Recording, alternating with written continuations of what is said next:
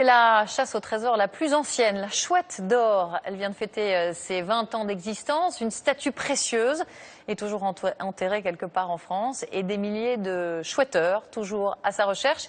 Il faut dire que 150 000 € attendent le vainqueur. C'est le grand format de cette édition. Il est signé Lionel Feuerstein et Julien Pelletier. C'est dans le plus grand secret qu'elle a été fabriquée. Une chouette d'or, d'argent et de diamants. Estimation à l'époque, 1 million de francs, 150 000 €. Cet oiseau fabuleux a été enterré en France en avril 1993 pour une chasse au trésor et n'a jamais été retrouvé. 20 ans après, ils sont encore des milliers à sa recherche. Comme Jean-Luc, alias Montjoie, un joueur très bien équipé. La pioche et puis quelques outils supplémentaires. Ce gestionnaire de biens immobiliers est persuadé d'avoir localisé l'animal près de Poitiers. Ça fait 20 ans que certaines personnes cherchent la chouette. Moi, ça fait 5-6 ans.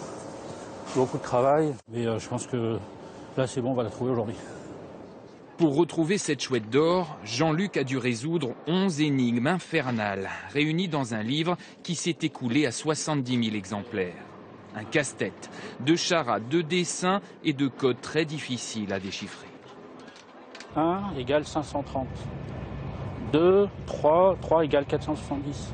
Rien que le fait d'essayer de comprendre ce que ça veut dire, ça attire l'attention. C'est indéfini. C'est le problème de cette chasse, c'est que vous commencez, vous mettez le doigt dedans, et puis après ça vous prend tout le bras, et puis vous êtes complètement absorbé. Pour ce grand jour, un autre chouetteur, comme ils se surnomment entre eux, lui prête main forte. Bon, je suis bien arrivé, j'ai tout amené. Olivier, alias Joe Dalton, est gérant d'une société dans l'alimentaire. Lui recherche l'oiseau rare depuis 10 ans. Et vous avez creusé beaucoup de trous? Disons que je me suis déplacé sur zone 2 fois, sans la solution finale. Donc autant aller creuser au milieu d'un terrain de foot sans savoir où creuser. Jean-Luc est déjà venu en repérage. Il est persuadé d'être sur la bonne voie. Hâte-toi de trouver la flèche. Oui. Donc là, tu vois, il y a une flèche. C'est à cet endroit-là qu'il faut s'arrêter en venant du chemin. Et là, tu as une rupture dans le muret, ça doit être là. Voilà. Pour vous, la chouette est... Elle est là, à 2 mètres là. Cette fois, pour en avoir le cœur net, le chasseur a loué un détecteur de masse. Si la chouette d'or est là, l'engin devrait sonner.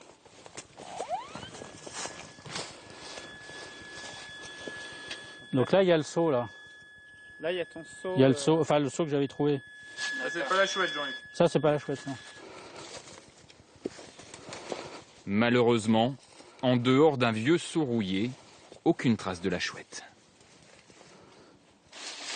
Il y a la déception, là, Jean-Luc?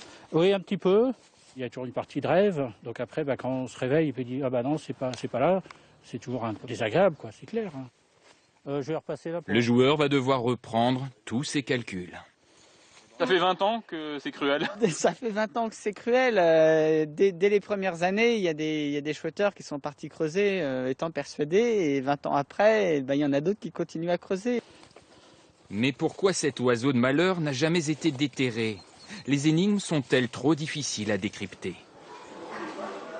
C'est le sentiment de Philippe Duck, un homme qui souhaite rester discret. Pendant des années, il a été le bras droit de Max Valentin, le créateur du jeu mort en 2009, sans jamais avoir révélé son secret.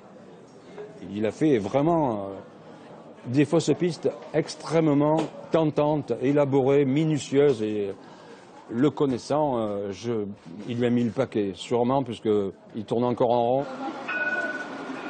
Messieurs, bonjour. Mais les chouetteurs gardent la foi, malgré tout. À Dijon, cette année, ils ont décidé de fêter les 20 ans de leur jeu favori. Au démarrage, il y avait à peu près 100 000 personnes qui ont cherché la chouette d'or. Aujourd'hui, on doit être 5 000 à peu près à chercher la chouette dans le monde. Cette communauté de chasseurs a même son hymne à la chouette, en latin.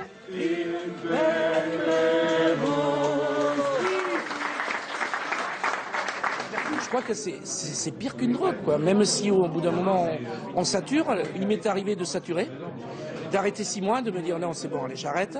Et puis au bout d'un moment on passe devant la bibliothèque, on voit le bouquin, Et on se dit, tiens, mais allez, on s'y remet, on s'y replonge. Je ne chercherais pas si j'y croyais pas.